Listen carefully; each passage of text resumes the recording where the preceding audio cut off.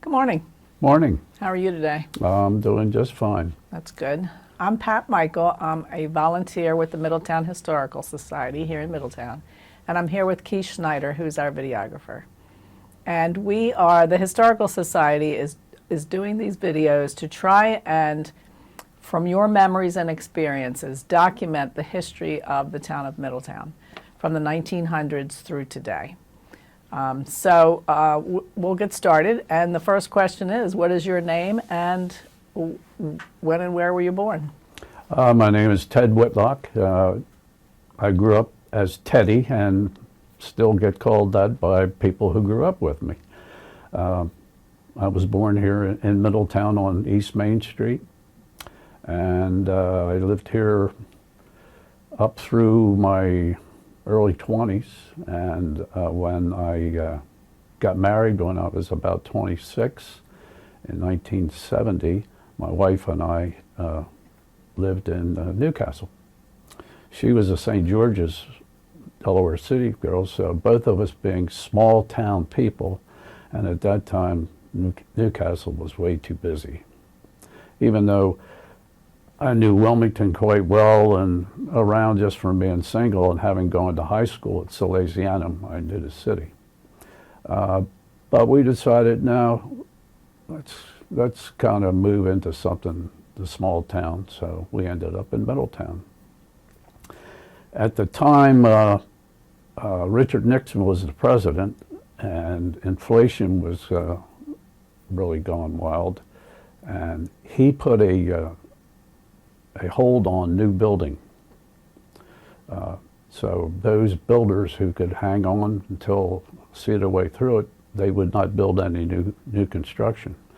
So we had to look to the secondary market, and the house on East Park Place was owned by a professor of agriculture in Delaware, and he was evidently moving to Indiana with a similar job. So his house came up on the market. And I got to know about it because my brother lives right next door. So that's where we bought the home. We had one child, Lisa, and so we moved to Middletown in about this time in 1972. Okay. So I'm back home, and it was small then. So you were you born at home? You said you were No, born? I was born in Wilmington. Oh, okay. Yeah. A number of people have said that they were actually born at home. Yeah, I guess you kind of say that simply because this is where you're raised, but no, I was No, they born, were actually born at yeah. their house. I know that's not unusual Yeah. back then, yeah. Okay. How did your larger family come to live here? Okay, well, my father's family, I came along late in life. My father came along late in life. He was one of 11 that lived, and so my grandfather was born in 1860, my father's father, in Dover, but he moved up here as a young man, and he was actually the Light and Water Department of Middletown. He electrified a lot of homes back in the late 19th century. And my mother's family, she was raised on the Cedar Lane farm where the golf course is right now. That was the Cedar Lane farm, and they were there until they lost the farm in the Depression of the 30s. So my father was, and his family were all raised here in Middletown. There was 11. There were 6 boys, and 5 of them all went into printing as printers, and all started out the Middletown Transcript. His one brother, Dory, Theodore, they called him Dory. He went to Goldie College and got a degree in as I guess an office worker and that sort of thing. And so he worked for Shellcross Brothers here in Middletown and kept all the books for them. So the boys were in the printing business, and my Uncle Dory was a printer. And the girls all got married. As the girls did. Yeah, that was on my father's side. My mother my mother, they were all raised on the farm out there on Cedar Lane, and there was 2 girls and 7 boys. Yeah, big families. And they were all there until they lost the farm. Ironic way my mother and father met was my father worked there at the Transcript, and well, the buildings are all gone now. But anyway, there was a beauty shop 2 doors down, and my mother worked there as a beautician, so they just kind of met one another, and well, went from there. It's history now. Yeah. Yeah, that kind of answered the next question. What was the house that you grew up in? What was it like? How many rooms? Did it have electricity? Did it have running water? It had electricity, it had running water, and well, like I say, my grandfather was the Light and Water Department of Middletown. So, and he had built different homes around Middletown, or had kind of redid them and that sort of thing, and rented the properties out. Well, the main home that he lived in, he ended up turning it into a triplex. So you had 3 homes. Mm-hmm. Well, my mother and father bought the middle home when they got married. So we lived in the center portion of what became a triplex.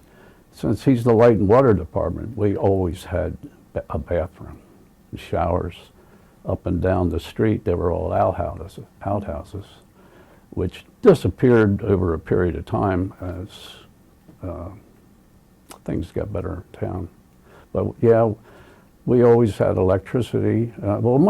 At that time, everybody had electricity. Most people. Most people did. Most people within town had. We're talking about in town. Yeah. In town, you had electricity. You didn't know it, but like I say, we had a bathroom. We had, whereas others had to use, they had septic systems or whatever. It was very comfortable. I had a good family. I had great parents, and the family was very close. Even though my aunts and uncles, all their jobs and the lives took them away from Middletown. Basically, my mother and father were the only 2 that remained in Middletown. Everybody else moved away. What is your earliest childhood memory? Oh. Good or bad? Oh, I would say, good. Yeah. I guess it was when my grandmother, my mother's mother, came to live with us. She came over from Ireland when she was a 12-year-old girl, and yeah, I don't know how old I was, but I guess it was like when it's time to drink milk out of a glass instead of out of a bottle.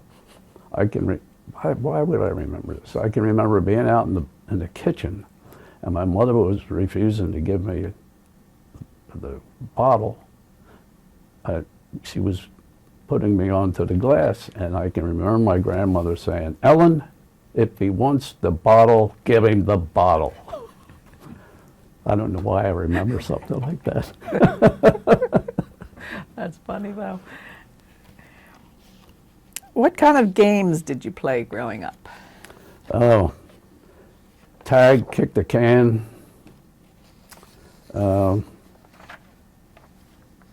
Yeah, tag and kick the can were probably the most popular, but you played all those other ones like Simon Says and that sort of thing.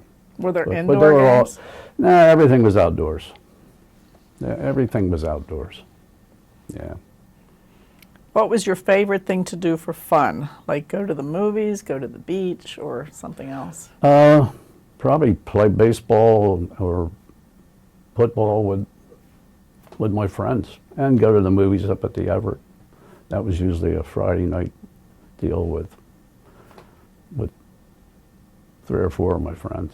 Yeah. How much did it cost then? Oh boy, it was 25 cents to get in. I can remember my father would give me 35 cents. 25 cents to get in, and 10 cents I could either buy a bag of popcorn or Juji fruits, which were like a nickel. Yeah. Did you have family chores, and if so, what were they? And what was your least favorite? Well, you had to mow the grass for sure, and my father always had a big garden. So picking beans, snapping the ends off, because my mother and father were big into canning vegetables.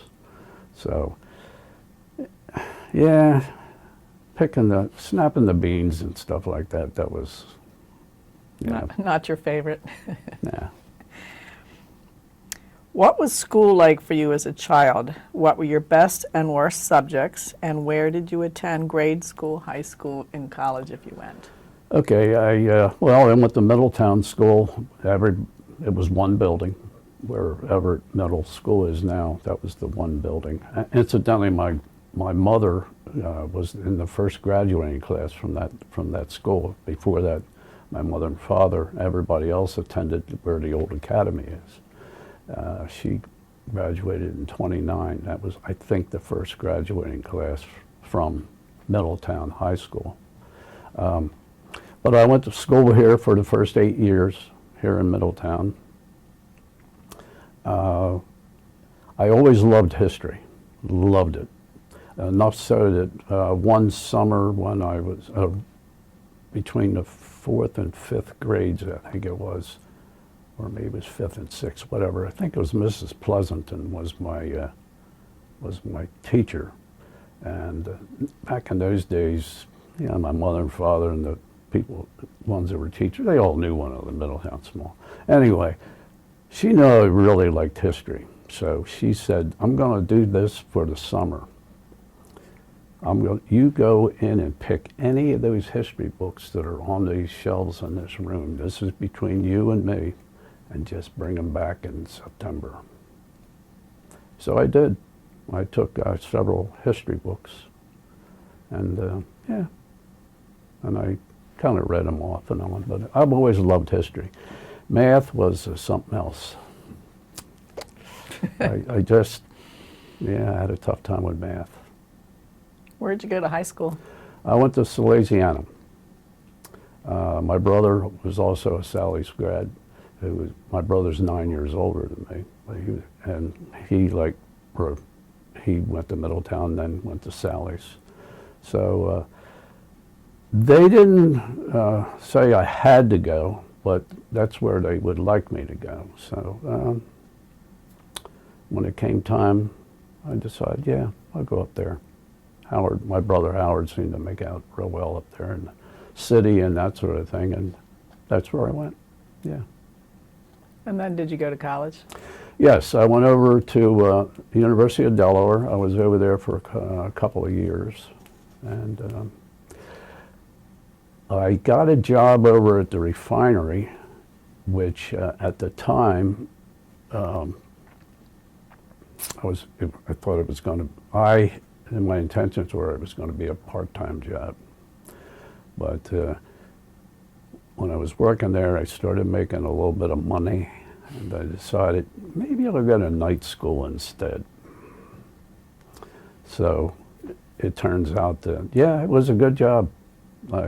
They paid well, benefits were great, and I just decided I'll stay here a while. Well, I ended up being there 40 years. But yeah, after a while, the night school kind of drifted away, so I never got my degree. Yeah. But back then, a degree was not something that you really had to have in order to get a really successful job, unlike today.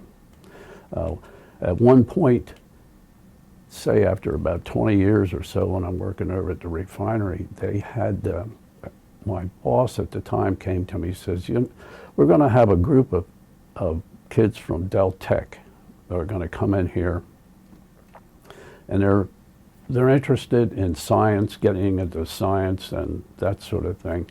He said, would you mind interviewing them and let them ask you questions about your job and working here in industry and that sort of thing? And I said, sure. So I did that. But when I left, I thought, if I had to apply for my job today, I couldn't get it. I didn't have that piece of paper like those kids. And I kind of, in a way, just kind of stressed it to them. It's very important. That's part of the world today. Yeah. Do you remember any fads from your youth, like popular hairstyles or clothes? Oh yeah. The DA was popular. You know what the DA is, right? Okay, yeah, and the hairstyles were, that was a big deal. How about your clothes? Oh yeah, I'd have white bucks. White bucks shoes were popular. Penny loafers, sneakers, of which you had a lot of choice, either white or black, and they had to be Keds. Keds. That was it. Yeah, you didn't have a whole lot of choices, but I like to dress well. I know one of my buddies would say, God, you get your mother to starch your shirts, 'cause my dress shirt. He said, I'm lucky if I can get my mother to iron them. What were your favorite songs and music? Well, back then, rock and roll and country were both kind of popular. So I can remember back then, I liked to dance. So if you wanted to slow dance with a girl, Johnny Mathis was always great. Yeah, chances are. And did you go to dances? Oh yeah. Where did you go? Out here at school, we had what you call sock hops. That's where everybody kicked their shoes off, and you had a DJ and that sort of thing, and you danced in yours. But we had a lot. Friends would have dance parties in their own home, and that sort of thing. But mostly at the school. Also, as you got older, over at the old armory, they would hold dances there. But dances were quite frequent. Yeah, you could almost depend on, especially in the wintertime, where all there would be dancers around. Yeah, jitterbugging. Were you good at it? Not really. Enough to get along, enough to get by, I guess. Yeah, that's how you met girls, dancing. That's how I met my girlfriend today. My wife died 10 years ago, and my Joyce and I, that's how we more or less, and we danced. We liked going to dances. Did you have any pets, and if so, what kind, and what were their names? Oh yeah, my father and I were always into hunting. So by the time he was a coon hunter and a rabbit hunter and squirrel hunter and that sort of thing, but like as he when the war came, he had he no longer worked at the transcript. He was 39 years old, so that was, they still drafted you. He worked in the defense plant up in Newcastle during the war. And when the war was over, he got a job in printing with there were a lot of different number of newspapers around Wilmington. He ended up working at the News Journal. So since he no longer was working here at in town, that was the end of coon hunting, because you did all that at night. So rabbit hunting was the big deal. So we had beagles. And he had back part of the house was where he had his garden, and he had a big dog pen. So we always had beagles. So rabbit hunting during the season and squirrel hunting. And I loved it. What was your religion growing up, and what church did you attend if you did? I was raised baptized and confirmed here at St. Joseph's in Middletown, and I still go. Yeah, I'm quite involved with St. Joe. As a matter of fact, if you've heard of the St. Vincent de Paul Society, okay. Tell us about that, though. Okay, St. Vincent de Paul Society it's a worldwide Catholic organization that does crisis alleviation. It was started in Paris, France by college students, and now in, say, the Diocese of Wilmington, there's 34 conferences out of, I think, 55 parishes. And what you do is you get the agreement from the pastor to be able to do your work in the parish, and you use the poor box money or any donations that come. That's strictly, it's all you use. It's not funded by the church or anything. It's an organization that does crisis alleviation, and you get permission of the pastor to handle any of the crisis alleviation that comes through the parish. And my wife and I and Eleanor, we were charter members of this conference, and we've been doing it for 1979. We have about, well, at one time we had about 9 members. I think we have about 5 or 6 that are functioning members. I'm the treasurer. I've been through all the chairs, president. My wife was the treasurer, and then when she passed away 10 years ago, I took that part. So I do a good bit of the legwork.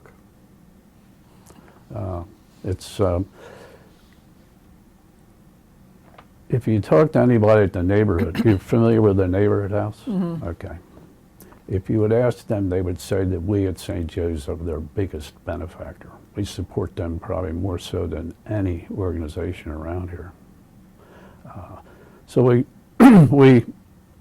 people that come through St. Joe that call, we have a phone that's dedicated to St. Vincent. People call for help. We'll handle that, or if neighborhood house or friendship house needs somebody to help them help somebody, we'll do that. So we work in concert with the different organizations here, and we operate on our own and that sort of thing. So we feel quite good about ourselves. As you should. Were you ever mentioned in the newspaper or other publication? No. Excuse me. Who were your friends when you were growing up? Well, actually, I'm going to see one of them this coming Sunday. Wayne Erickson was a good friend of mine. He lived across the street growing up, and eventually, when he was in 8th or 9th grade, I guess it is, they were originally from Wisconsin. The whole family moved back to Wisconsin. So over the years, he and I would keep track of one another. I'll be 82 next month. He's already 82. His brother, one of his brothers lives in Pennsylvania, just across the line. Wayne's coming in, his daughter's driving him in. So we're going to get together for golf on Sunday. Dave Price, who lives in Smyrna, he and I keep in contact with one another. We're still good friends. I'd say growing up, well, I see Kenny from time to time, and Jimmy Reynolds. They're ones I've known. Well, Eleanor. I've known Eleanor since we were little tots. So, yeah, probably of all of them, Eleanor and I are probably the closest. Yeah, and she, when Betty and I moved back here to town, she and Eleanor became fast friends. So the three of us have been, yeah. But yeah, Dave Price is probably all the ones that are still around. What world events had the most impact on you while you were growing up? And did any of them personally affect your family?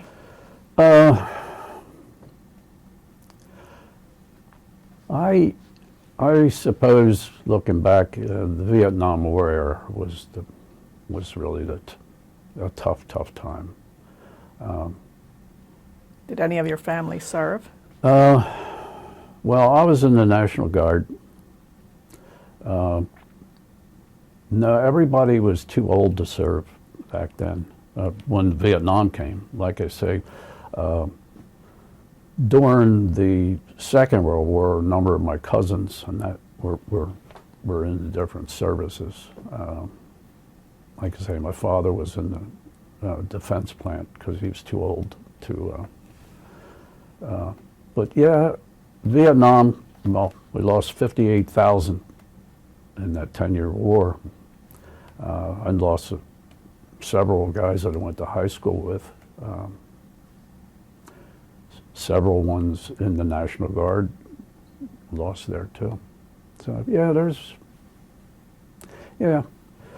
I like to know my kids, when they ask about it, I said, the late 60s were tough because it was a lot of racial discrimination still. You had the Vietnam War. It was a tough time.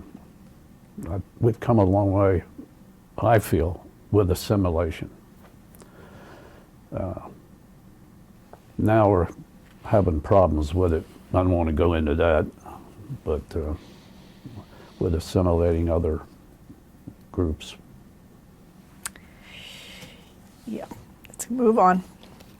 How were holidays and like birthdays, Christmas, Easter celebrated in your family, and did you have family special traditions?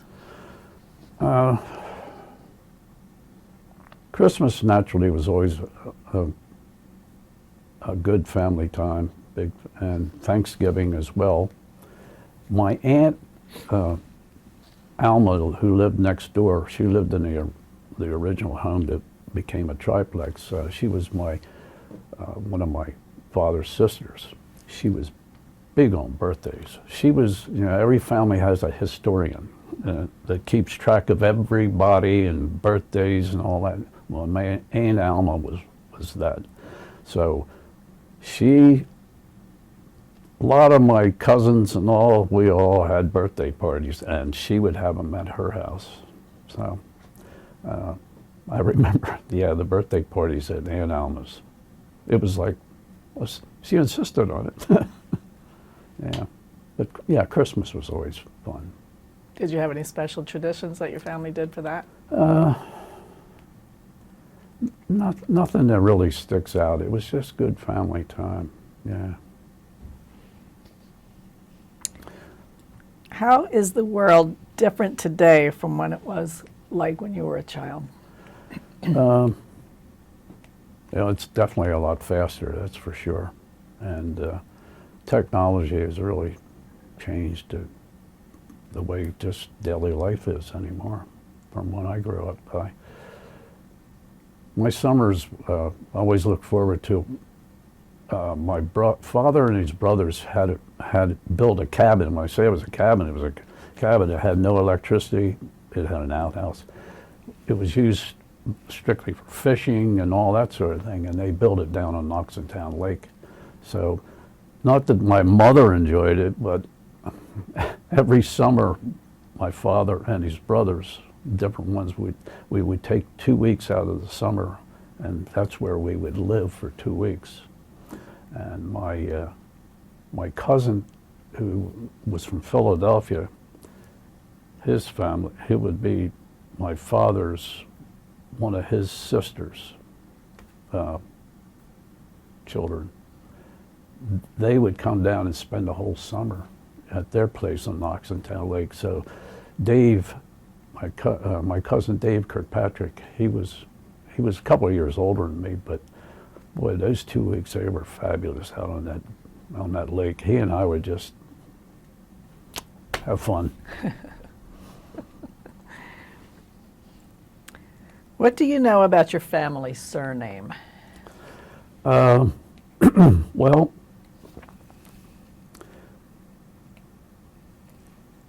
I mentioned before I like history. My daughter loves history, And she has documented so much stuff on my father's side of the family, as well as my mother's side of the family. I mean, she goes back to the late 1700s, and she's even got manifests from immigration ships from Ireland and all that sort of thing. So any chance she gets to interview anybody in my family, whatever, she just, boom, jots it down. And So your name, Whitlock, they're it's from? English. It's English. It's English. They came over from England way back, not like my mother's family who emigrated over here like in the 1880s. And my mother was the first generation Irish American, and she has brothers, whereas on my father's side, they go way back further. Most of them are from either Sussex County or over in Cecil County, Maryland. That's where they settled. Yeah, that's where they settled. Is there a naming tradition in your family, such as always giving the firstborn son the name of his paternal grandfather? Yeah, that's, as Lisa, my daughter, has said, the name Theodore is threaded all back through the Whitlocks. That's my grandfather's name, one of my uncles. And Lisa says it seems to come in right through there, through the whole, over the years. Considering that we are celebrating the 250th anniversary of our country this year, what stories have come down to you about your parents, grandparents, more distant ancestors? So those ancestors on your father's side who came over really early, they were here during the Revolution? As far as I know, they were. Yes. Do you know their involvement in the Revolution? No. I personally, no. No. Like I say, my daughter might, but. Okay. Well, other than that, they fought in World War II. Did Yes. any of them fight in World War I?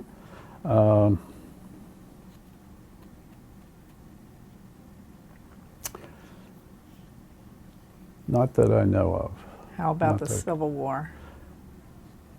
Not that I remember any stories about. No, I don't think so. Okay.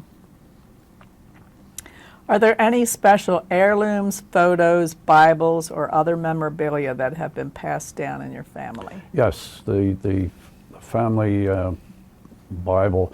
My father's side of the family are all Methodists. Even though later in life, and when he was 70, I think he converted to Catholicism. But my mother's side being Irish Catholics, yeah, my grandmother, my mother, my Aunt Margaret, yeah, they were diehard Catholics. So the family Bible was passed down. Lisa has it now. I was going to ask you who's got it now. Now she's got it now. And all the things that come through in writings and whatever, newspaper clippings, you know, they're all stashed in there. That's good. What was the full name of your spouse, siblings, and parents? My spouse was Betty Curlett. Her name was Elizabeth. From Delaware City. From Delaware City, yeah. Do you know the Curletts? Yeah. Yeah. Some of them. Yeah. Yeah, she and I met on a blind date. Her older sister's husband worked with me at the refinery. So it was one of those deals where the two of Bobby and Betty's older sister, Jerry, they wanted to get us together, and they had a little problems doing it, but eventually they did, and well, it kind of... Love at first sight? Well, but it grew. It grew. How, excuse me. Tell me about your how you got married, your wedding. Was it a big celebration? Yeah, it was a big celebration. She was late getting there, naturally. No, she was a very attractive girl. Loved to dance, and that's where we met. We met over at a local dance out on Route 40, which was very popular for music and drinking. It was a tavern, and anyway, that's where we met. So we liked to go dancing a lot and that sort of thing.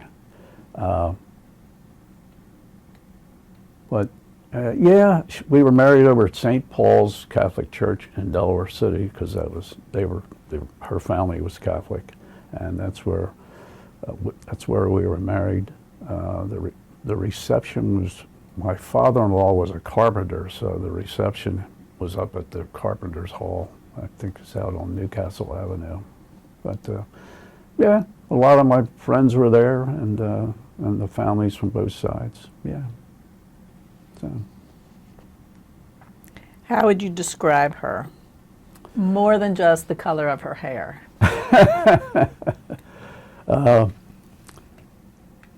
Betty had grit. I've been told that just after she passed away, that more than one person said, she was very personable. She was very attractive. She was very personable. She got along with people. You didn't get anything over on her. She was the manager out here at Wilmington Trust for a number of years, and she got along very well with people. She could handle herself with people, and she was quick-witted and liked a good time. But she, as more than once I heard, they would call that Betty's Bank. Even in the days prior to her becoming manager, when she was, say, the head of the loan officers, they would still call it Betty's Bank. Yeah, she knew how to handle things. What did your family enjoy doing together?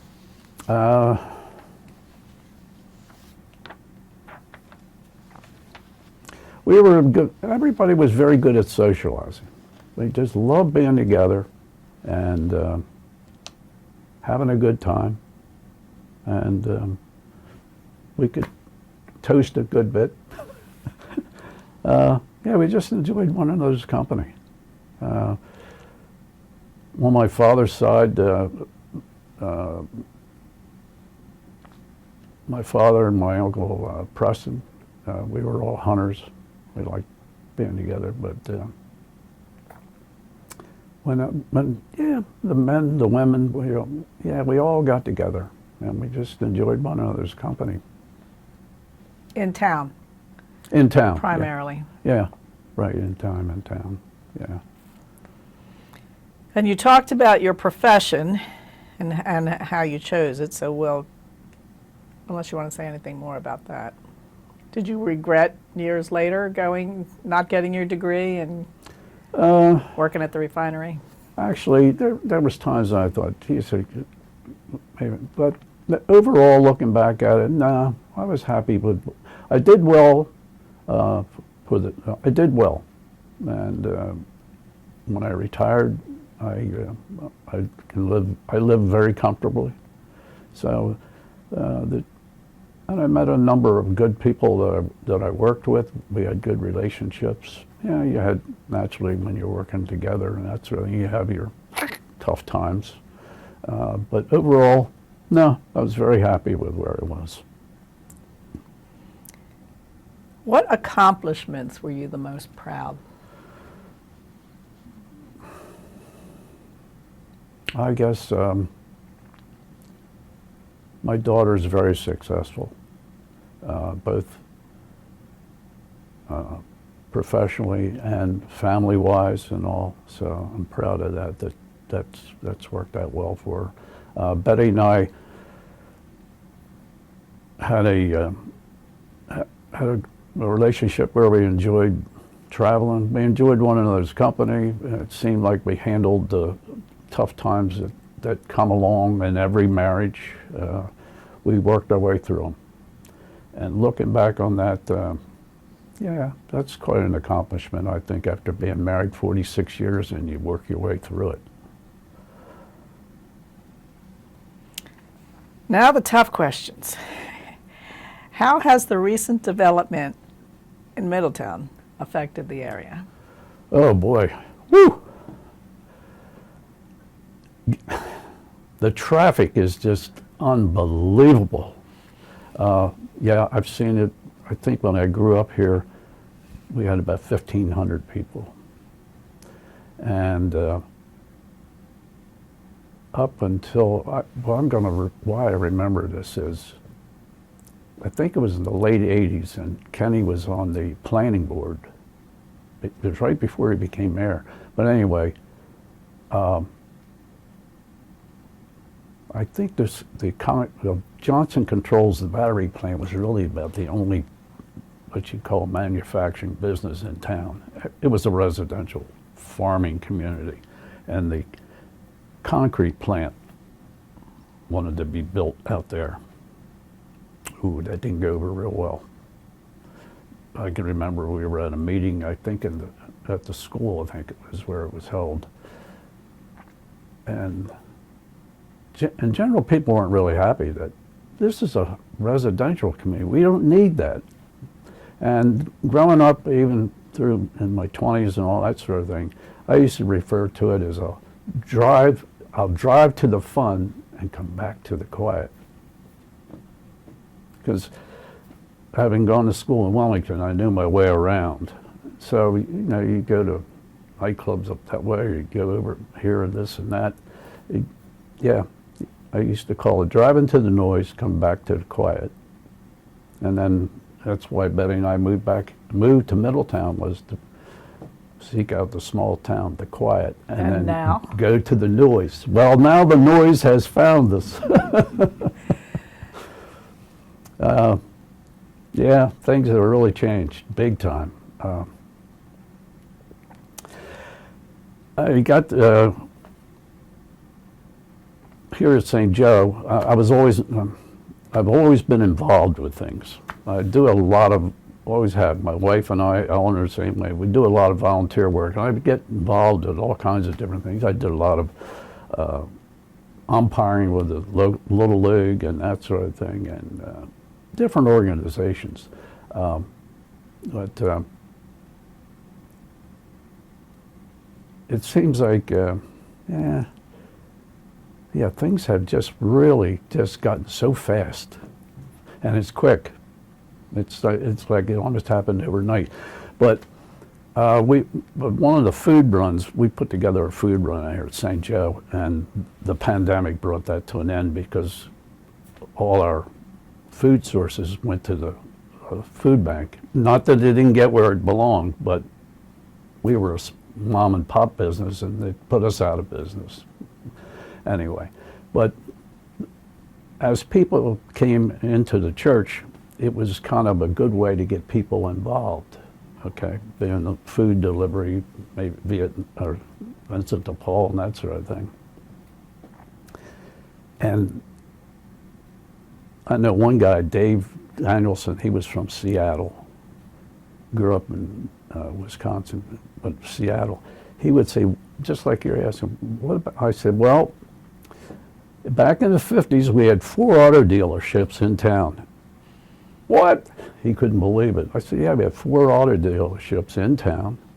I said, you had 2, 3 restaurants that, like the Village Inn on the corner, the Withers, well, not the, there was where the tattoo parlor is, that was a restaurant. I think it was called the Kathleen Inn, and then there was the small restaurant alongside of what's now, well, there are so many buildings that have disappeared from the center of town down Main Street, Broad Street. It's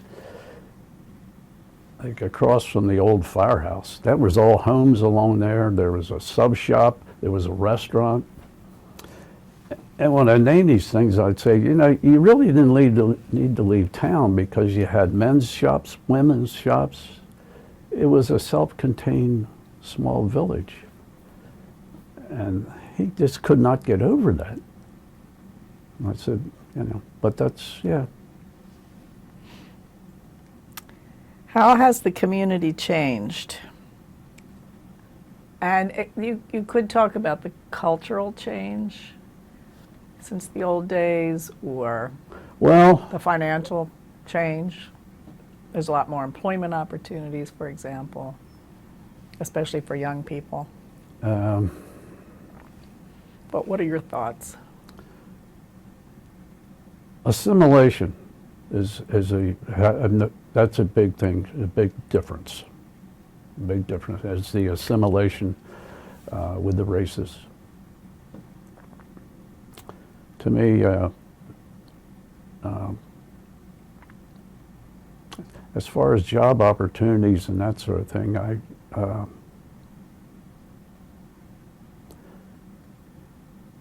I guess I've been retired so long. I really, yeah, well, the business, it's so different. It's so different. It's a small city. And Is that good I'm in not, your I'm eyes? not sure, I think with Amazon, I guess, there's a lot of employment opportunities out there. But everything seems to be on a small scale, like with the fast food restaurants and stuff like that.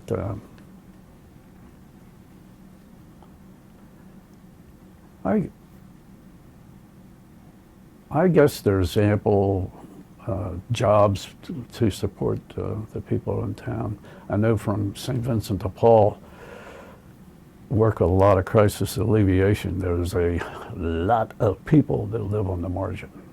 A lot more than our politicians realize, or even want to realize. I'll put it that way. Yeah.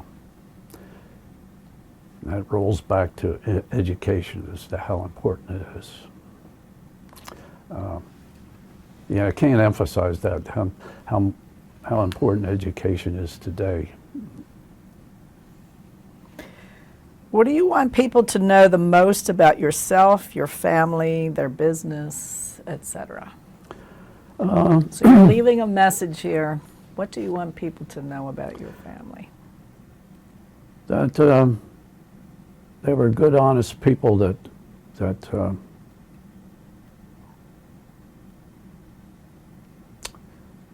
wanted to be well thought of, that were there for one another. Yeah. What do you want people to know the most about Middletown's past? Middletown's past. Oh. Well, this was a community of really hardworking people. They really were. And I'd like to see the community that is as big as it is. And I would hope that those roots that have been sown here and seeds, so to speak, they would kind of help people today in their own lives. But the community today, it's different than it was, because everybody's of a different, they're all newbies. So it's become multicultural, the town, because people have come from so many different places that, I would hope that what little they can learn from we old homegrown people, that it would benefit them. Well, that's all the questions I have. Do you have anything you want to add or leave us with, or anything else you want to say? Well, like I say, I love history, and I pass that on to my daughter. Middletown's been a good community for me to grow up in, and I'm going to say it still is. As I live my elderly years, I've met a lot of new people that are good people, and they're bringing good things to the community. I will say that. Yeah. Granted, the traffic is a problem. But I think every have person a- has said that. I have a feeling that'll be solved somewhere along the line.